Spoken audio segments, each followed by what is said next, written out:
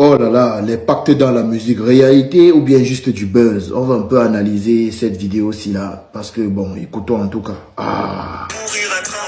Taiki va mourir à 30 ans. Il a 29 ans, il arrête sa carrière, il cherche à se confesser. Mais Taiki, pourquoi? Pourquoi Taiki veut se repentir? Alors qu'il a becté pendant toutes ces années, il a bien profité de son pacte. Moi, je comprends pas ces gens. Ils ont profité du pacte. Pourquoi ils veulent pas le respecter? T'as signé avec le diable. T'as dit qu'à 30 ans, t'allais mourir. Le diable t'a donné la carrière que tu voulais. Et maintenant, tu vas être confessé. Il n'y a pas à se confesser. Dieu, il sait déjà. Bon, en vrai de vrai, ce que ce gars-là relève, c'est pertinent, c'est pertinent. Dans la mesure où ça vient de la bouche de Taïk lui-même. Il a parlé du fait qu'à 30 ans comme ça, il ne sait pas s'il va continuer de vivre. Et c'est lui-même qui est passé en radio récemment pour dire qu'il doit prendre une pause pour se ressourcer et que spirituellement, il doit se reconnecter, prendre plus soin de sa famille, avoir plus le temps dédié pour sa famille et tout ça. C'est lui-même qui l'a dit. Maintenant, S a dit qu'il a pactisé pour avoir du succès. Moi, je n'aime pas trop entrer dans ce genre de pensée parce que ça veut dire qu'on remettra en question tout ce qui existe et ce n'est pas bon. Dans la mesure où un artiste a d'abord du talent. Ne nous mentons pas. Pactiser ou pas, il y a des personnes qui profitent du talent de ces personnes-là encore. Oui, ils agissent là comme des vautours. Un artiste, forcément, il a du talent. Quand tu écoutes Taïk, tu sais qu'il a du talent. C'est du talent à l'état pur. C'est du travail après pour entretenir la voix, pour progresser, pour se maintenir. C'est beaucoup de travail et de discipline. Moi, je ne suis pas de ceux-là qui pensent et qui expliquent tout par la sorcellerie, par la diabolisation, pactisée et tout. Non, non, non.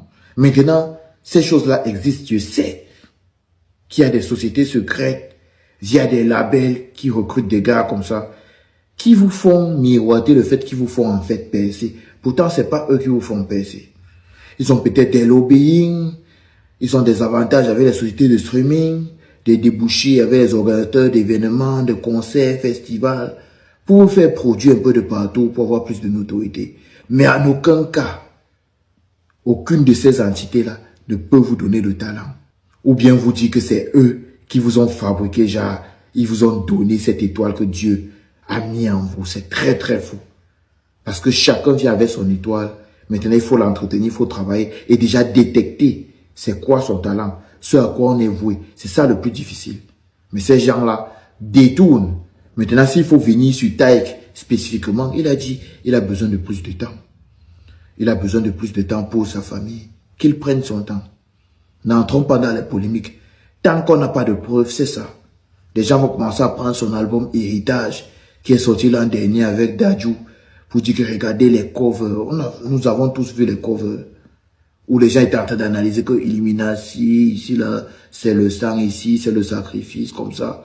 Les gars ont commencé à décrypter la cover. Mais en réalité, on n'a aucune preuve concrète. On n'a rien même.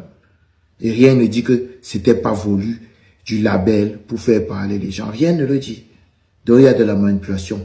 Le monde est influence et manipulation. Moi, je me fie à ce que je vois. Et je vois comment les gens travaillent. Je crois au travail. Je crois au fait que quelqu'un soit discipliné, il travaille et il atteint les sommets. Le fait qu'on vienne dire la pactiser ou pas, ces personnes travaillent et ils ont du succès. Pactiser ou pas, c'est pas ça qui leur donne de la force. Allez, donnez-moi vos avis en commentaire. Nino, Damso, Taïk, Dadju, la liste est longue, hein, vous pouvez rajouter en commentaire. Ils ont, je sais pas ce qu'il y a en ce moment dans l'industrie de la musique française, mais on dirait que tous fuient quelque chose, ou un karma qui est destiné à certains parmi eux. Mais beaucoup prennent du recul avec la musique et leur carrière. C'est bizarre. C'est vraiment bizarre. Autant d'un coup, c'est vraiment bizarre pour le coup. Parce que là, il nous annonce son dernier concert, sachant que les concerts, c'est leur première source de revenus. C'est là où on gagne le plus de bif. Alors, pourquoi un dernier concert? Souvent, c'est on prend du recul avec la carrière et on se concentre plus sur les concerts, festivals, histoire d'engendrer du bif. Mais là, c'est bizarre. Alors peut-être vous avez une idée pour laquelle autant d'artistes, autant de showman décident de prendre leur retraite.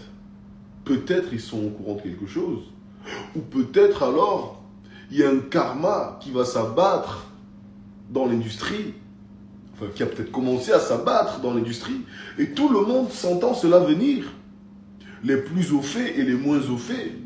Certains décident de prendre la poudre d'escampette tant que c'est possible.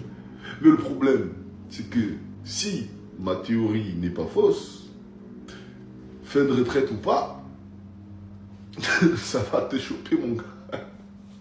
Enfin bref, dites-moi en commentaire ce que vous en pensez, mais moi, ça commence à m'inquiéter autant de retraités après 2 albums, après 4 albums. Je comprends pas. Est-ce que pour vous c'est normal ou alors c'est vraiment bizarre que autant d'artistes décident de partir à la retraite en même temps, d'arrêter la musique, de se réorienter. Mais qu'est-ce qui se passe? Tonton Satan n'est plus content. Dites-moi en commentaire. Taïk a bien vendu son âme au diable, c'est une grosse dinguerie. Hier, j'étais au concert.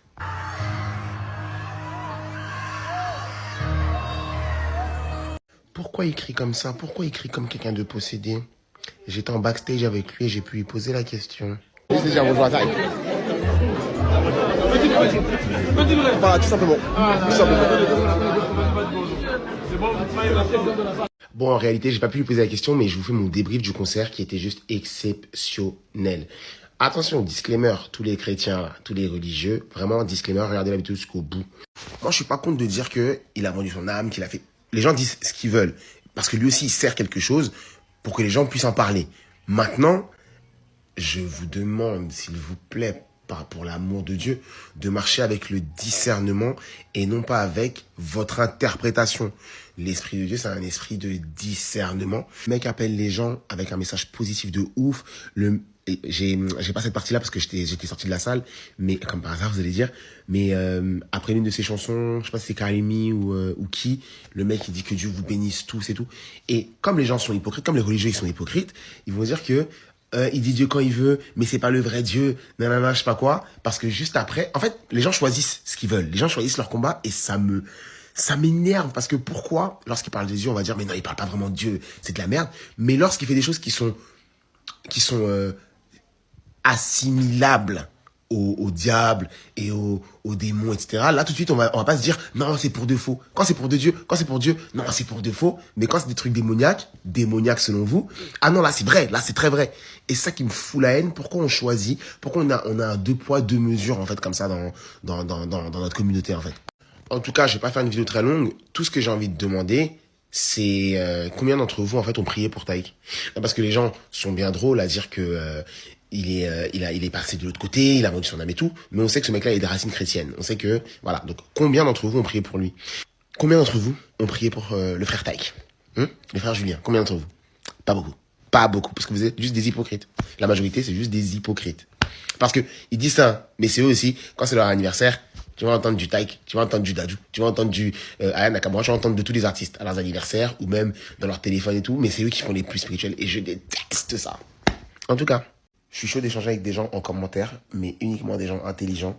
Je veux pas des débats ni queue ni tête sur la musique moderne et tout. Je suis chantre à l'église, donc, et depuis plus de 10 ans, donc je sais de quoi je parle. Je veux vraiment pas parler avec des gens qui sont pas intelligents. Je veux que des vrais commentaires. Ça tombe bien que vous me posiez la question de Dieu, parce que c'est ce qui me manque aujourd'hui dans ma vie, vraiment beaucoup de spiritualité. J'ai l'impression d'être un peu perdu. Et il faut que j'y retourne parce que je suis né chrétien. Aujourd'hui, je m'intéresse à beaucoup de choses. Je lis des livres, je discute aussi. Vous savez quoi? Les chrétiens de TikTok, si Taïk est amené à changer de religion, eh bien, ce sera de votre faute.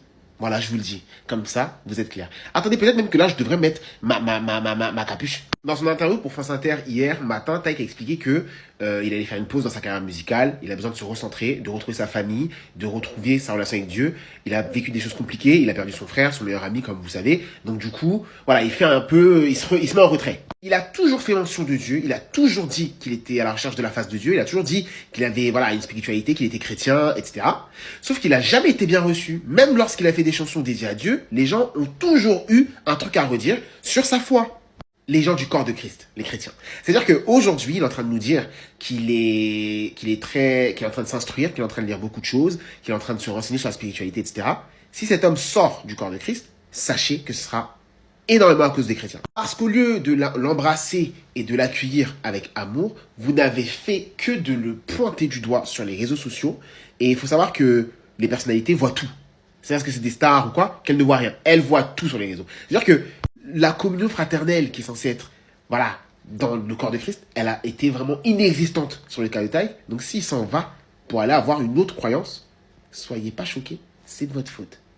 Attends. L'artiste Taïk est au cœur d'une polémique. Certains fans sont à la fois déçus et en colère. Il a créé la surprise en annonçant 2 concerts à la Défense Arena de Paris le 30 novembre et le 1er décembre. Sauf que suite à plusieurs polémiques autour de son comportement sur scène, ces 2 concerts seront interdits au moins de 12 ans. Sachant qu'après ces concerts, il va faire une pause dans sa carrière pour passer du temps avec sa famille. Beaucoup de fans trouvent que cette décision est injuste et ne comprennent pas pourquoi leur artiste leur tourne le dos. Est-ce que vous comprenez cette interdiction? Est-ce que vous avez déjà assisté à un de ces concerts? Est-ce qu'il va trop loin sur scène?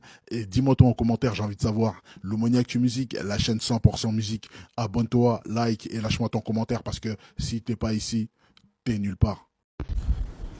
La famille, j'ai vu et je suis en train de voir plusieurs chrétiens en train de s'emporter sur cette déclaration faite par Taïk au sujet de sa carrière musicale. Il y en a même qui sont allés jusqu'à déduire même qu'il est en train de se convertir, ce qui n'est pas une mauvaise chose, hein, mais seulement moi j'aimerais nous appeler à prendre un petit moment de réflexion. Je vous appelle vraiment en tout cas, j'aimerais nous emmener tous à réfléchir sur quelque chose. Avant de nous laisser emporter par cette déclaration faite par Taïk, il y a quand même lieu de réfléchir sur les précédentes prétendues conversions des artistes séculiers, tels que Kanye West par exemple. Vous imaginez, Kanye West a réussi à berner tout le monde il y a quelques années. Je crois entre 2019 2020 par là, 2021 je crois. Et il a réussi à berner tout le monde, nous faisant croire qu'il s'est converti. Il a même fait un album qu'il a intitulé Jesus is King. On s'est dit, waouh, Kanye! Il dit Jesus is King dans une chanson, il a chanté pour Dieu. Mais après, on a fini par se rendre compte qu'en fait, c'était un coup de com', c'était une conversion purement capitaliste, c'était une conversion motivée par des envies purement capitalistes. Ce qu'il faut comprendre, frères et sœurs, c'est que, et ça, j'ai comme l'impression que beaucoup de chrétiens n'ont pas encore saisi, hein, ils n'ont pas encore compris la leçon. Ce que nous devons comprendre, c'est que les gens-là, dans l'industrie, ils ont compris une chose, c'est que il y a lieu de capitaliser sur les émotions des chrétiens. Et puis, ils savent que nous sommes très, très émotifs, nous les chrétiens. Alors, ils se sont dit, OK, ils considèrent cela comme vraiment une véritable aubaine. Hein. C'est une aubaine pour eux, les émotions, les agitations des chrétiens sur les réseaux sociaux. Ils savent que pour nous avoir, il suffit simplement de nous titiller un tout petit peu. Et puis, direct, c'est bon, le tour est joué. Et arrêtons d'être naïfs, excusez-moi, frères et sœurs, arrêtons d'être naïfs à ce point. Si Taïk veut se convertir, je bénis Dieu, c'est bien, mais moi je pense que une vraie conversion ne doit pas être teasée comme la sortie d'un clip, parce que là il est en train de teaser et tout ça. Non, la conversion c'est d'abord quelque chose qui se passe entre toi et Dieu, dans l'intimité avec Dieu, et qu'on va finir par exposer plus tard. Alors les amis, soyons prudents. Vous vous souviendrez aussi de la prétendue conversion de Justin Bieber. Récemment encore, Will Smith a fait son comeback dans la musique. Et qu'est-ce qu'il fait? Il a eu une idée de génie. Non, il faut que je fasse un comeback avec un chant gospel qu'il a fait en featuring avec Chandler Moore. Et puis Chandler, je ferai une autre vidéo pour parler de lui. Mais bon, les gars, calmons-nous un peu. Hein. Ne nous laissons pas emporter cette fois-ci. On est ensemble. Salam alaikum tout le monde, ne scrollez pas. Ne scrollez surtout pas, je vais vous parler de Taiki, de Dadju et du Dajjal, de l'antéchrist, du faux messie. Écoutez bien et surtout soyez très attentifs, ok? Alors comme vous avez pu le voir, en ce moment il y a Taiki et Dadju qui ont collaboré pour sortir un nouvel album qu'ils ont intitulé Héritage, d'accord? Durant la promotion de leur album, donc ils ont fait un film, etc. D'ailleurs, très bon jeu d'acteur, ça, bravo. Mais bref, je viens pas vous parler de ça. Taiki et Dadju ont sorti une pochette d'album qui est démoniaque. Mais quand je vous dis c'est démoniaque, je crois qu'il n'y a pas plus démoniaque que ça. Là, c'est vraiment une dinguerie. Écoutez bien, je vais faire un montage, je vais vous le montrer et on se voit à la suite. Alors nous voilà sur la pochette qui représente un arbre, je pense un arbre généalogique, d'où le nom Héritage, avec la lune et le soleil qui représentent, je pense, Taiki et Dadju. Donc là, on va s'intéresser à la lune qui est juste ici. Donc en fait, cette lune-là, elle représente l'œil borgne du Dajjal, de l'Antéchrist. On a également à côté le soleil qui représente son œil normal. D'accord? Donc si vous n'apercevez pas encore les yeux, vous allez voir que juste au-dessus, il y a des sourcils. Juste là. Voilà. Et ensuite, il y a la bouche, donc le nom héritage. Juste en dessous, on a le menton. Et on peut voir que tout autour, c'est la barbe. D'accord? Là, on a aussi le cou, qui est représenté par ces deux traits. Donc là, vous voyez bien le menton, la barbe et le nom héritage qui représente la bouche. Justement, quand on part du cou et qu'on remonte, eh ben, on a la forme de la tête et juste ici, vous avez une sorte de représentation de cheveux assez frisés, assez bouclés, sachant que l'Antéchrist est décrit comme tel, avec une chevelure assez bouclée.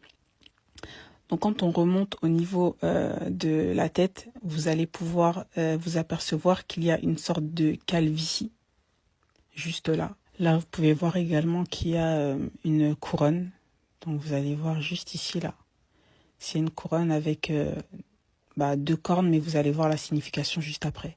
On a également le nez, donc juste là, qui est représenté par un cœur et deux petits points. Vous pouvez le voir quand on zoome un peu. Et vous allez voir juste après ce que ça représente. En fait, ça représente la tête d'un squelette. Mais ça, on le voit derrière la tête du Dajjal. Il faut vraiment avoir l'œil. Ok? Donc, on voit la tête du Dajjal, mais on voit également derrière la tête d'un squelette qui représente donc la mort. Là, j'ai éloigné un peu la pochette pour que vous puissiez voir. Là, vous voyez bien la forme de la tête, ok? Maintenant, je vais retourner la pochette et là, vous allez voir un truc de ouf. Alors là, je vais éloigner un tout petit peu pour que vous puissiez bien voir. On peut apercevoir la tête d'un chétan, juste ici. Ce que j'entoure là, c'est la tête d'un chétan avec une langue assez longue, une langue un peu en forme de serpent bizarre, qui tend vers une autre tête, donc juste ici. Voilà, une deuxième tête de chétan. Je ne sais pas si ça représente Taiki et Dadju, mais on le voit très très bien que ce sont des têtes démoniaques. Ok? Alors là, maintenant, vous allez voir un autre signe. Donc, vous allez vous repérer par rapport aux deux yeux. D'accord? Donc, la lune et le soleil qui représentent toujours des yeux. Juste au-dessus, vous pouvez vous apercevoir qu'il y a des cornes ou des oreilles de chouette. D'accord? De hibou ou d'une chouette. Là, vous pouvez apercevoir le long du corps du hibou. Il faut savoir que le hibou, dans le monde occulte, il symbolise l'obscurité, la quête de connaissance. Il représente l'intuition et la capacité à voir ce qui est caché. Donc, le message caché, les messages subliminaux, etc.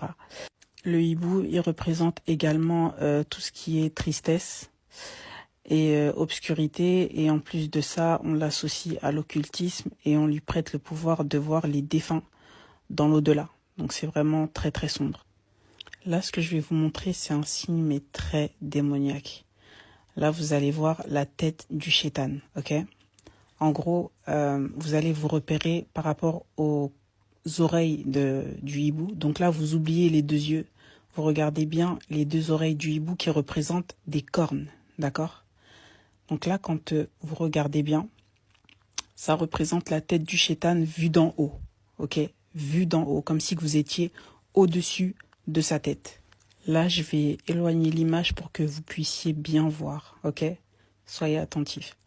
Donc là, vous allez repérer par rapport aux oreilles du hibou, d'accord? Ça a fait une forme de corne, d'accord? Donc là, ce sont des cornes. Et quand vous redescendez, vous longez vers le bas et vous voyez le bout du nez du chétan. Donc là, c'est sa face, d'accord? C'est le visage du chétan qu'on voit d'en haut. On peut apercevoir le bout de son nez, juste là. Et également les yeux. Donc on voit les sourcils, ainsi que les yeux un peu en ombre juste en dessous. Et là, on voit les oreilles. Voilà, les deux côtés là que j'entoure, ce sont les oreilles. Et les cornes juste en haut. Donc, quand vous regardez bien, vous voyez la tête du Shaitan d'en haut. Vous voyez, là, je suis en train de l'entourer. Donc voilà, je l'ai joué un peu à la Killuminati, mais là, ça valait le coup. En tout cas, ceux qui l'ont vu, tant mieux. Ceux qui ne le voient pas, tant pis. Juste une chose, faites très attention. La musique, c'est vrai, c'est dur à arrêter. En tout cas, pour nous, en tant que musulmans, c'est très difficile. Que Dieu nous facilite, voilà, que Dieu nous préserve de ces choses-là. Faites très attention à vous. Après, je dis pas que Taiki et Dadju ont signé un pacte avec le diable, qu'ils sont démoniaques, bref, ça c'est leur dos, c'est leur problème, d'accord? Je garde le bon soupçon, je me dis que peut-être qu'ils ne le savent pas. Eux, en fait, c'est juste les marionnettes de l'industrie de la musique, voilà. L'industrie de la musique, elle a juste besoin de talent. Et encore, le talent, ça suffit plus.